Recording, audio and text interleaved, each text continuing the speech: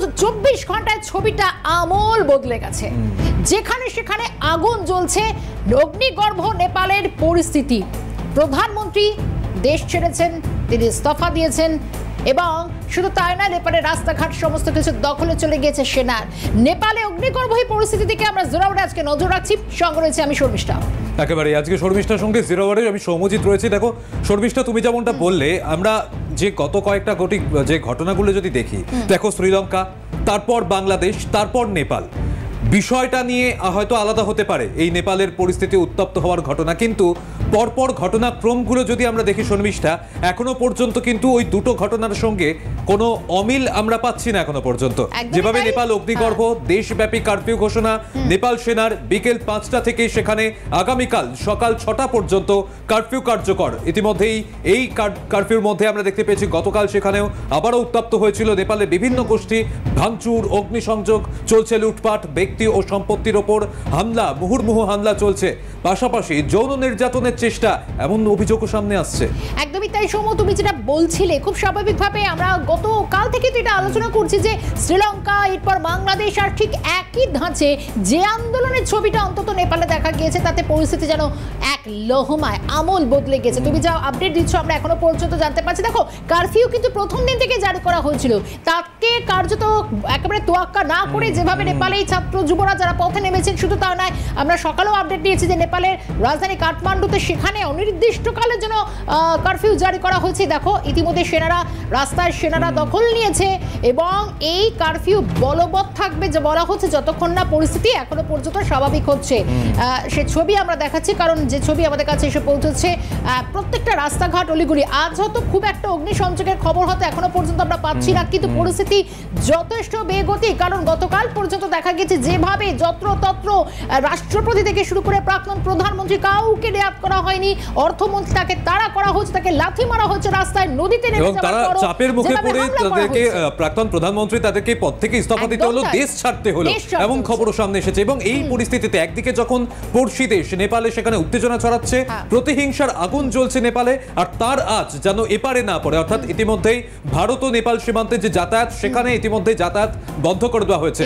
যে সমস্ত নাগরিক নেপালের চিকিৎসার কারণে তারা কেবল তাদেরকেই ভারতে প্রবেশে কিন্তু ছাড়পত্র দেওয়া হচ্ছে এখনো পর্যন্ত, যা আপডেট উঠে আসছে। ছবিও দেখাবো, তুমি যেরকমটা ইনফরমেশন দিচ্ছ যে যারা চিকিৎসা করাতে যান, আজ সকালেও আমরা পানি ট্যাঙ্কি সীমান্তের ছবিটা পেয়েছি, যেখানে আমরা যখন সরাসরি সম্প্রচার করছিলাম সেই সময় একটা অ্যাম্বুলেন্স আসছিল, এবং সেই অ্যাম্বুলেন্সে রোগী ছিল, এবং সেখান থেকে রোগীদের রীতিমতো নিয়ে যাওয়া হচ্ছে। সঙ্গে আমরা কি দেখছি যে নেপাল থেকে বহু শ্রমিক তারা ফিরছেন, কারণ নেপালে বহু শ্রমিক, আমরা জানি যে বহু নেপালি এদেশে যারা বসবাস করেন, এখান থেকেও নেপালে প্রচুর মানুষ যান যারা কর্মসূত্রে, এবং তারা কিন্তু ফিরছেন, আতঙ্কে ফিরছেন শ্রমিকরা, কখনো বা পায়ে হেঁটে পানি ট্যাঙ্কি সীমান্ত দিয়ে আসার চেষ্টা করছেন, দেশে ফিরছেন। দেখো, একেবারে বর্ডার ঘেঁষা যে এলাকাগুলো রয়েছে, আমরা রায়গঞ্জের শ্রমিক থেকে শুরু করে প্রত্যেক জায়গায় শ্রমিক তারা ফিরছেন। সৌম, একেবারে এই পরিস্থিতিতে এখন এই মুহূর্তের কি আপডেট পানি ট্যাঙ্কি সীমান্ত থেকে? সরাসরি আমাদের প্রতিনিধি পিকাই ঘোষ আমাদের সঙ্গে রয়েছেন। পিকাইয়ের কাছ থেকেই এই মুহূর্তে একটুখানি জেনে নেবো। পিকাই, এই মুহূর্তে এখনো পর্যন্ত কি পরিস্থিতি, যেখানে দেখতে পাওয়া গিয়েছে যে সেখানে পড়শি দেশ, এখনো পর্যন্ত যে ক্ষোভের আগুন এখনো একটা কিন্তু রয়েছে, তার মধ্যে দিয়েই শ্রমিকরা তারা পায়ে হেঁটে তাদেরকে ফিরতে হচ্ছে, পরিস্থিতি কি?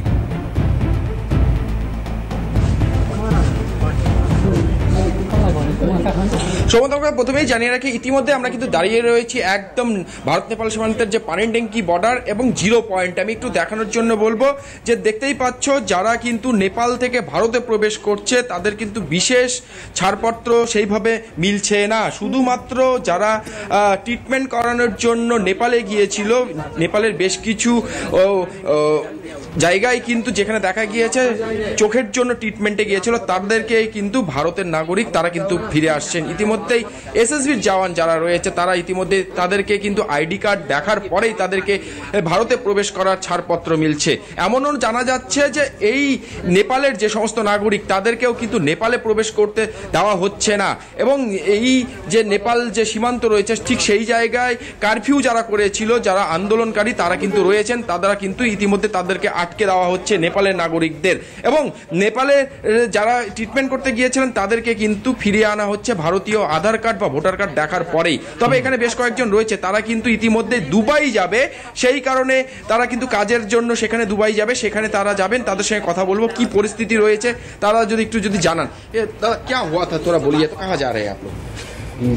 दुबई दुबई दुबई जा रहे हैं, क्या करने के लिए? हेलो कमाने को लगे क्या कमाने को लगे कमाने के लिए अभी क्या क्या हो रहा था वहाँ पर, क्या थोड़ा जो बताइए। उतना मालूम नहीं है हम लोग का, हम लोग होटल में थे, उतना मालूम नहीं है नहीं तो कितना भयभीत कितना है आप लोग?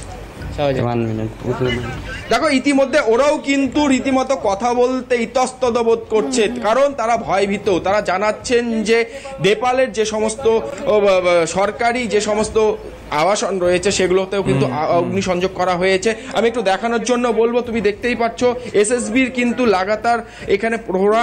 এখানে যে সমস্ত নাগরিক যারা নেপাল থেকে ভারতে প্রবেশ করছে তাদের ভারতীয় আধার কার্ড বা ভোটার কার্ড দেখার পরেও কিন্তু তাদের প্রবেশ করার জন্য ছাড়পত্র মিলছে।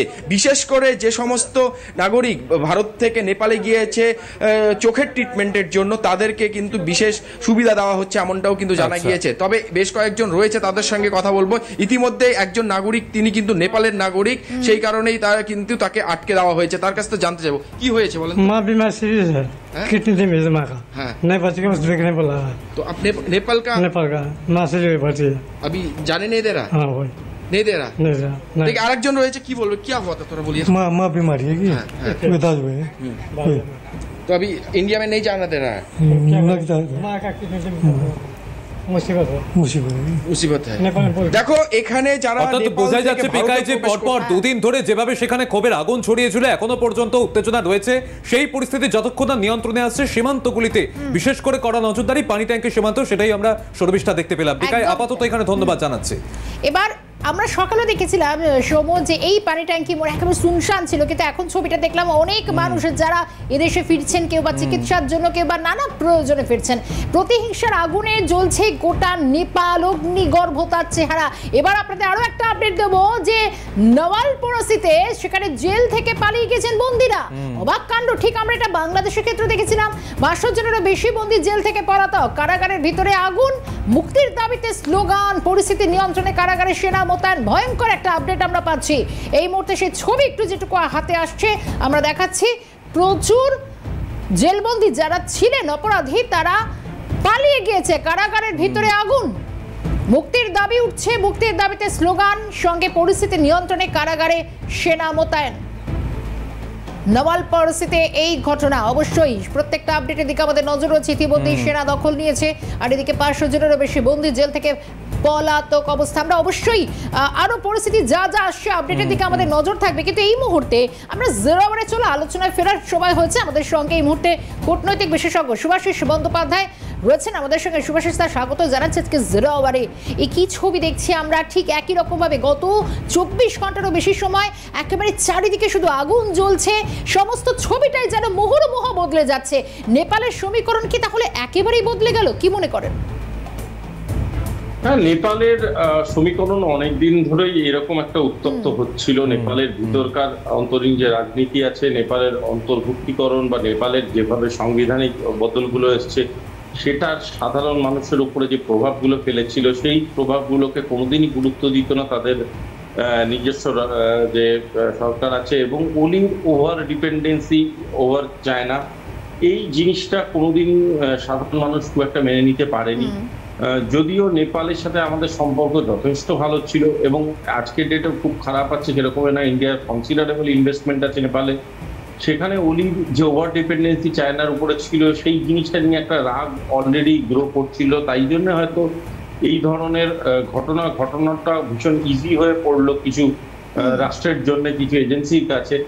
কারণ নেপাল একটা অত্যন্ত গুরুত্বপূর্ণ একটা অংশ বিআরআই-কে কেন্দ্র করে, এবং নেপালের বাণিজ্যিক রুট হিসাবে নেপাল খুব গুরুত্বপূর্ণ। সেখানে সেই নেপালের উপরে যেভাবে এরা মানে ড্রাফটিংটা করলো, সেই ড্রাফটিংটা প্রমাণ করে দেয় যে নেপালে যে ঘটনাটা ঘটেছিল সেটা বাংলাদেশের জাস্ট একটা জেরক্স কপি ঘটলো। এবং আরো আগামী দিনে যেগুলো ঘটছে, যে জেল ভেঙে গেছে আপনাদের প্রতিবেদন আপনারা দেখাচ্ছিলেন, এগুলো আমরা বাংলাদেশেও দেখেছি এবং একই স্টাইল, একই প্যাটার্ন, একই রিপিটেশন এবং একই ধরনের ঘটনা আরো ঘটবে বলে আমার ধারণা। শুভাশিস বাবু, তাহলে এখানে একটা প্রশ্ন থেকে যাচ্ছে যে এই যে গণমাধ্যমগুলি বন্ধ করে দেওয়া, তার প্রতিবাদ, তার বিরোধিতা করা, এটা ছিল একটা অজুহাত। তাহলে বলা চলে ওলি সরকারের পতন, সেখানে সরকার বদল, এটাই মূল উদ্দেশ্য ছিল। এবং তারপর তো এই কিছুক্ষণ আগেও আমরা ছবি দেখালাম যে একে একে বন্দিরা তারা জেল ভেঙে পালিয়ে যাচ্ছেন, তাদেরকে মুক্ত করা বা একটা নতুন কোনো পরিকল্পনা ছিল যেটা এইভাবে সামনে আসছে বা পরবর্তীতে আরো উদ্দেশ্যগুলো সামনে আসবে। দেখো, সব থেকে বড় কথা এই যে বন্ধ করে দেওয়া গণমাধ্যম, এইটার আগে আমার কোথাও গিয়ে কোনো একটা লাঞ্চ বা ডিনারের ছবি তোমাদের মিডিয়ার মাধ্যমে দেখেছিলাম। কোনো এক বিশেষ ব্যক্তির বাড়িতে বহু কোম্পানির মানুষজন একসাথে লাঞ্চ করছিলেন এবং বা ডিনার করছিলেন, কোনো একটা ইনভেস্টমেন্টের গল্পগুজব হচ্ছিল। আমার সেই দৃশ্য দুটোকে কোথাও গিয়ে মনে হচ্ছে একই রকম, যে এরকম নয় তো যে সেই বিশেষ কোম্পানিগুলোরই রেজিস্ট্রেশনটা নেপালে ফেল করলো এবং তাদের মধ্যে দিয়ে এই জিনিসটা অ্যাগ্রিভেটেড হলো। মূল কথা যে কোনো ঘটনা ঘটে তার পিছনে কারণ থাকে এবং এটা একদিনে কোনোদিন ঘটতে পারে না।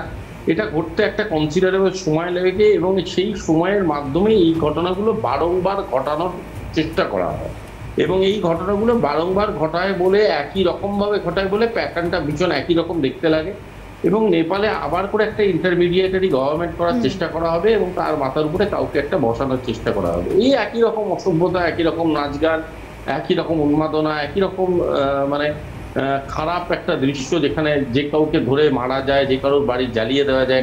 স্ত্রীকে শুনলাম, প্রাক্তন প্রধানমন্ত্রীর স্ত্রীকে শুনলাম জ্বালিয়ে দেওয়া হয়েছে। এরকম অনেক ঘটনা, অনেক গল্প, অনেক কথা, অনেক তথ্য আমাদের কাছে আসছে, যেটা আবার করে প্রমাণ করছে যে মানব সভ্যতায় যেগুলোকে আমরা কল্পনা করতে পারি না সেই জিনিসগুলোকেই এরা খুব সহজভাবে করছে।